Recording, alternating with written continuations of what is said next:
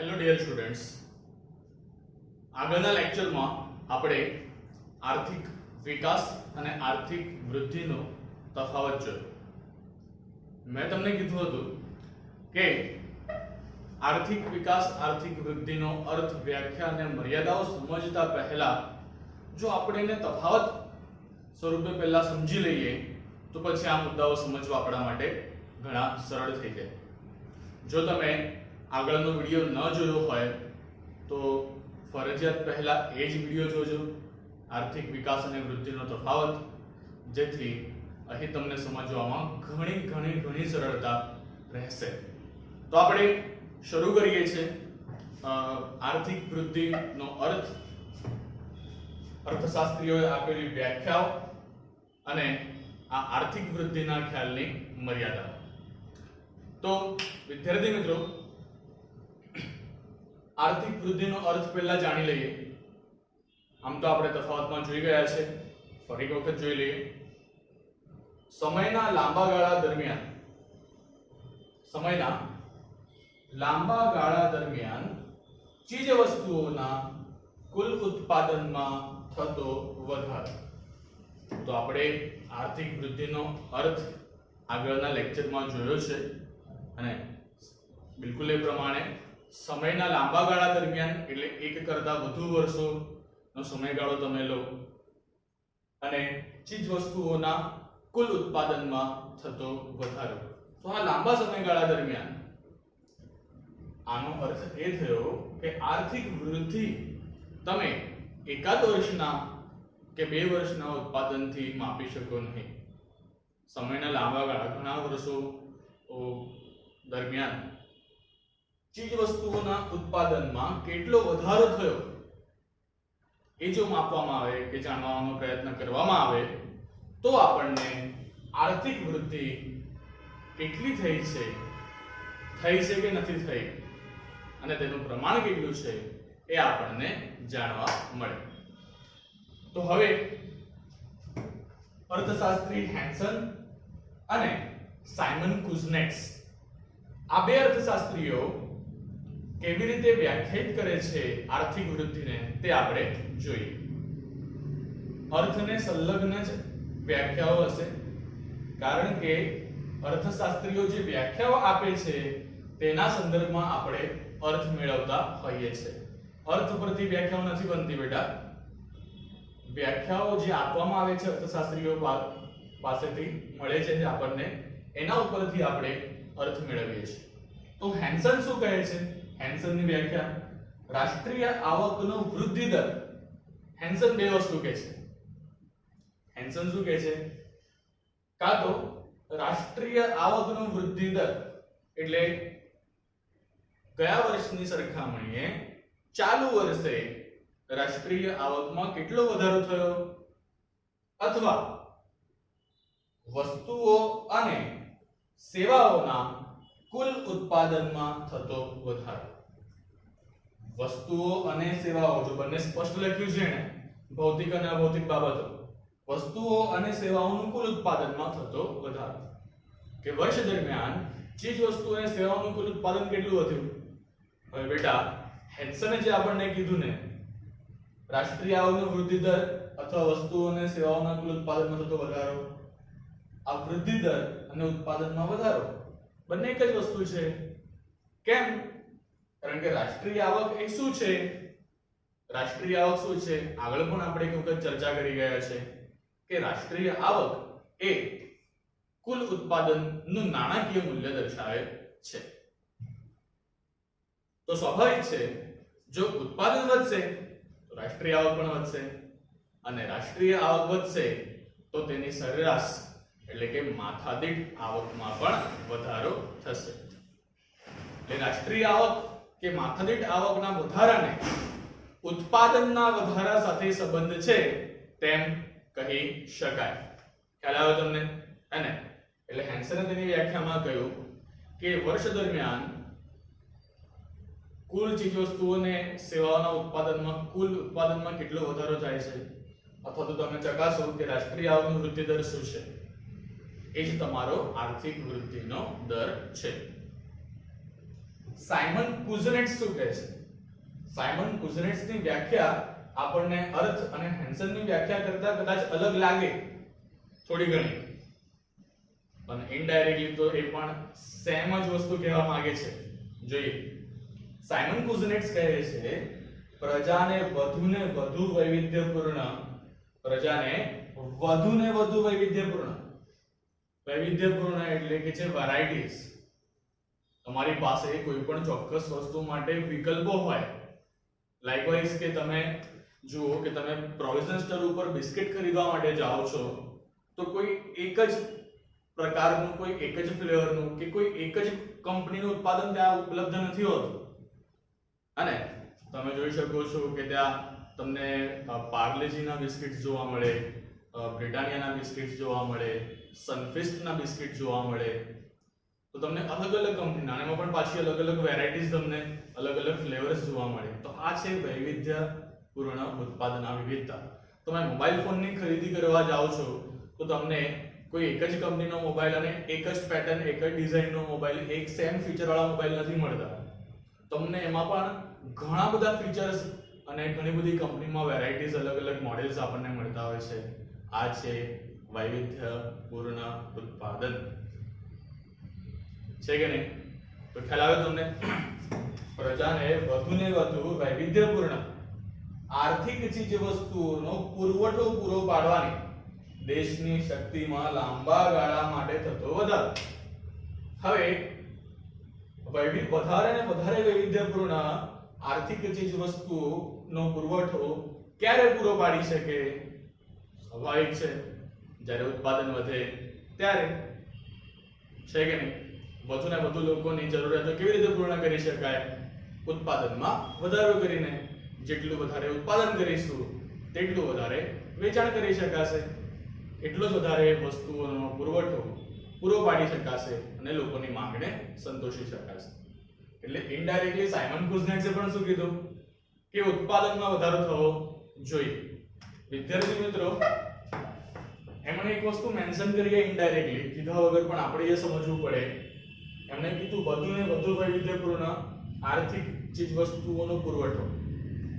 Okay, તો આ વાક્ય ઉત્પાદનમાં વધારો થવો જોઈએ એવું કેવી રીતે દર્શાવે છે? કારણ કે આપણે અર્થમાં જોયું ચીજ વસ્તુઓના કુલ ઉત્પાદનમાં વધારો, હેન્સને કીધું વસ્તુઓ અને સેવાઓના કુલ ઉત્પાદનમાં વધારો. કુઝનેટ્સ કહે છે વધુને વધુ વૈવિધ્યપૂર્ણ આર્થિક ચીજ વસ્તુઓનો પુરવઠો પૂરો પાડવાની દેશની શક્તિ. તો આ વસ્તુ અલગ નથી આ બે કરતા? ના, અલગ નથી, એક જ છે.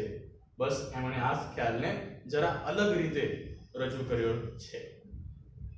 વિચારો કે કુલ ઉત્પાદનમાં વધારો કેવી રીતે કરી શકાય?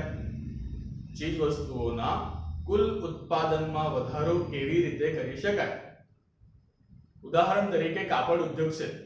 આપણે ઉદાહરણ લઈએ છીએ બેટા કે કાપડ ઉદ્યોગ છે અને હમણાં દેશમાં જેટલા પણ કાપડ ઉદ્યોગના એકમો છે એ એકમો એકત્ર થઈને રૂપિયા 1500 કરોડ જેટલું વાર્ષિક ઉત્પાદન કરે છે, આવું આપણે ધારી લઈએ. હવે વિચારો કે આ જે એકમો છે એ કાપડનું ઉત્પાદન કેવી રીતે વધારી શકે? ધારો કે 1500 કરોડનું ઉત્પાદન એટલે એમણે વાર્ષિક 5 લાખ જે કાપડના તાકાઓ છે એ તૈયાર કરે છે. તો એ લોકો ઉત્પાદન, હવે આ એકમો ઉત્પાદન કેવી રીતે વધારી શકે? તો બે રીતે. એક, કર્મચારીઓને ઓવરટાઈમ દ્વારા. હવે જો કર્મચારીઓને ઓવરટાઈમ માટે કહેવામાં આવે એટલે વધુ કામના કલાકો ઉપરાંતના કલાકો કામ કરવા માટે, એટલે જો એમનો સમયગાળો 8 કલાકનો છે અને જ્યાં વધુ 4 કલાક એમને કામ કરવા માટે કન્વિન્સ કરવામાં આવે તો અહીં તમે શ્રમનો, ઉત્પાદનના સાધન તરીકે તમે શ્રમનો ઉપયોગ કર્યો. એ 4 કલાક માટે આખું એકમ ચાલશે. ધંધા માટે તમે જે પણ સ્થિર અને અસ્થિર ખર્ચ કર્યા છે એ બધાનો લાભ વધુ 4 કલાક માટે ઉપયોગમાં લેવાશે. ખ્યાલ આવે છે શું કહું છું? ઉત્પાદનના સાધનો જમીન, મૂડી, શ્રમ અને નિયોજક એ ઓવરટાઈમ માટેના જે વધારાના 4 કલાક છે એમાં ઉપયોગમાં લેવાશે, તો પછી ઉત્પાદનમાં વધારો કરી શકાય. અને બીજું, નવા એકમો જો વધુ પ્રમાણમાં, ખૂબ મોટા પ્રમાણમાં ઉત્પાદનમાં વધારો આપણે અપેક્ષા રાખતા હોઈએ, કારણ કે કોઈ પણ ઉત્પાદકીય એકમની ઉત્પાદન કરવાની મર્યાદા એક ક્ષમતા હોય છે, તેનાથી વિશેષ ઉત્પાદન તેઓ કરી શકતા નથી. તમે વિચારો કે હમણાં આ પરિસ્થિતિમાં, મહામારીની પરિસ્થિતિમાં દેશમાં શરૂઆતના સમયગાળામાં તમે જુઓ, શરૂઆતના સમયગાળામાં માસ્ક, સેનિટાઈઝર અછત સર્જાઈ કે નહીં? માસ્કની અછત સર્જાઈ, સેનિટાઈઝર્સની અછત સર્જાઈ. શરૂઆતમાં વેન્ટિલેટર્સ પણ ઘણા ઓછા હતા સારવાર માટે. કેમ? કારણ કે એનું ઉત્પાદન કરનાર એકમોની સંખ્યા ઘણી ઓછી હતી. અને ઉત્પાદન કરનાર એકમોની સંખ્યા ઓછી હતી ને, ઉત્પાદન કરનાર એકમોની સંખ્યા ઓછી હતી, તેથી વૈવિધ્ય પણ નહોતું, વૈવિધ્ય નહોતું, અને લોકોની માંગ પણ સંતોષી શકાય તેટલો પુરવઠો પણ નહોતો. પરંતુ તમે જુઓ, ત્યારબાદ વિવિધ એકમો દ્વારા બીજા નવા એકમો આ પ્રકારની વસ્તુઓના ઉત્પાદનમાં જોડાયા. માસ્ક બનાવવાનું કામ કંપની સ્તરે, ગૃહ ઉદ્યોગ સ્તરે લોકો ઘરે બનાવવા લાગ્યા માસ્ક. નવા એકમો જોડાયા, ઉત્પાદન વધ્યું કે નહીં? હવે તમે ટીવી ઉપર, જો તમે 1 કલાક કોઈ પ્રોગ્રામ જોવા માટે તમે બેસો હમણાં હાલમાં ટીવી ઉપર, તો તમને એ 1 કલાકના પ્રોગ્રામમાં નહીં તો 8 થી 10 એડવર્ટાઇઝમેન્ટ કંપનીઝની એડ તમને જોવા મળશે જે સેનિટાઈઝરનું ઉત્પાદન કરે છે. લાઈક સેવલોન છે, હિન્દુસ્તાન યુનિલિવર લાઈફબોય છે, ડેટોલ છે, હિમાલયા છે. તમને અલગ અલગ પ્રોડક્ટ્સ તો જે હમણાં સુધી આ પ્રકારના ઉત્પાદન બહુ ઓછી માત્રામાં કરતા હતા, કાં તો કરતા જ નહોતા. નવા એકમો જોડાયા અને ઉપલબ્ધ એકમોએ તેમની ઉત્પાદન ક્ષમતા વધારી, અથવા તો નવા પ્રકારની વસ્તુઓ, નવી પ્રકારની વસ્તુઓનું ઉત્પાદન ચાલુ કર્યું. બાળ મિત્રો, હમણાં સુધી સેનિટાઈઝર્સ માત્ર ખાલી હાથ સેનિટાઈઝ કરવા માટે, ક્લીનસિંગ કરવા માટે જ યુઝ થતા, અને એ પ્રકારના સેનિટાઈઝર પહેલા બજારમાં મળતા અને એઝ અ લિક્વિડ ફોર્મમાં સ્ટેરિલિયમ મળતું. પણ હવે તમે જુઓ ને, હવે તમે જશો ને તો અલગ અલગ પ્રકારના સેનિટાઈઝર મળે છે. ઘરમાં સાફ સફાઈ કરવી છે, ફ્લોર ઉપર નાખવું છે, સેનિટાઈઝર એનું અલગ. તમે જે રોજિંદી વસ્તુઓ વાપરો છો એને સેનિટાઈઝ કરવી છે, એનું સેનિટાઈઝર અલગ. તમારે હેન્ડ રબ કરવા છે, એનું સેનિટાઈઝર અલગ. તમારે બોડી સ્પ્રે કરવું છે, એનું સેનિટાઈઝર અલગ. છે કે નહીં? વૈવિધ્યપૂર્ણ ઉત્પાદન. પણ સરવાળે કુલ ઉત્પાદનમાં વધારો થયો કે નહીં? થયો ને? એટલે કુલ ઉત્પાદનમાં વધારો થયો. તો સ્વાભાવિકપણે આપણે અર્થમાં તો એ જ વસ્તુ છે કે કુલ ઉત્પાદનમાં થતો વધારો આર્થિક વૃદ્ધિ. અને કુશનેટ્સની વાત પણ સાચી પડી કે નહીં? જો ઉત્પાદન વધે છે, જો ઉત્પાદન વધે, આ અર્થમાં અને હેન્સનની વ્યાખ્યામાં જે વસ્તુ સીધી રીતે કહેવામાં આવી છે, સરળ સીધું કહી દીધું છે, એના અંદર રહેલી વિશેષ બાબત સાયમન કુઝનેટ્સે આપણને સમજાવી કે જ્યારે ઉત્પાદન વધે છે ત્યારે ગ્રાહકોને કંઈક વધારે વિશેષ વૈવિધ્યપૂર્ણ વસ્તુઓ ઉપલબ્ધ થાય છે. તો આ થઈ હેન્સનની વ્યાખ્યા, સાયમન કુઝનેટ્સની વ્યાખ્યા. અને હવે આપણે આર્થિક વૃદ્ધિનો જે ખ્યાલ છે તેની મર્યાદાઓ જાણીએ. આ અર્થનો અભ્યાસ કર્યા પછી મર્યાદાઓ સમજવી આપણા માટે સરળ છે, અને તફાવતમાં પણ આપણે ઇનડાયરેક્ટલી આ ટોપિક્સની ચર્ચા કરી ચૂક્યા છે, એટલે મર્યાદાઓ તમને ખૂબ જ સરળતાથી સમજાઈ જશે. જુઓ, આ પહેલા 2 મુદ્દાઓ પુસ્તકમાં અલગ અલગ આપ્યા છે, પરંતુ એ એકબીજા સાથે સંપૂર્ણપણે સંબંધિત કે એકબીજાના સમાનાર્થી પણ કહી શકાય. શું લખ્યું છે પહેલી મર્યાદામાં? માત્ર પરિમાણાત્મક પરિવર્તનનો જ ધ્યાનમાં લેવાય છે. પરિમાણાત્મક પરિવર્તન એટલે કે ક્વોન્ટિટી, જથ્થો. એટલે કેટલા એકમોનું ઉત્પાદન કર્યું, ઉત્પાદન કેટલું કર્યું એને ધ્યાનમાં લેવાય છે. અને એ તો છે ખર્ચમાં પણ ઉત્પાદનમાં થતો વધારો, ઉત્પાદનમાં થતો વધારો, એટલે માત્ર પરિમાણાત્મક પરિવર્તનો ધ્યાનમાં લે છે. તમે જુઓ બીજો મુદ્દો પણ એવો જ છે, એ વસ્તુ એક્સપ્લેન કરે છે કે આર્થિક વૃદ્ધિનો ખ્યાલ મર્યાદિત છે. તફાવતમાં આપણે આ વસ્તુ જોઈ છે બેટા, ત્યાં આપણે શબ્દ ઉપયોગ કર્યો હતો કે આર્થિક વૃદ્ધિનો ખ્યાલ સીમિત છે. સીમિત અને મર્યાદિત અલગ અલગ નથી, એકબીજાના સમાનાર્થી છે. આર્થિક વૃદ્ધિનો ખ્યાલ મર્યાદિત છે. કેમ? પરિમાણાત્મક પરિવર્તન એટલે કે માત્ર ઉત્પાદનમાં વધારો કે પછી એ વધારાનું પ્રમાણ, બસ એટલું જ ધ્યાનમાં લે છે. તો શું ધ્યાનમાં નથી લેતું? લોકોનું કલ્યાણ તેમજ તેમાં થતા ફેરફાર. તો આર્થિક વૃદ્ધિનો ખ્યાલ માત્ર ઉત્પાદનના વધારા સાથે સંબંધિત છે. લોક કલ્યાણ એના લીધે કેટલું થયું, લોકોના જીવનમાં શું ફરક પડ્યો, એ જાણવા માટે આર્થિક વૃદ્ધિનો ખ્યાલ ઉપયોગી નથી. એટલે લાસ્ટ વન પણ એ જ રિલેટેડ પોઈન્ટ છે, બસ ફરાવીને વાતો મૂકેલી છે. રાષ્ટ્રીય આવક અને માથાદીઠ આવક વધે છે. કેમ? ઉત્પાદન વધે એટલે.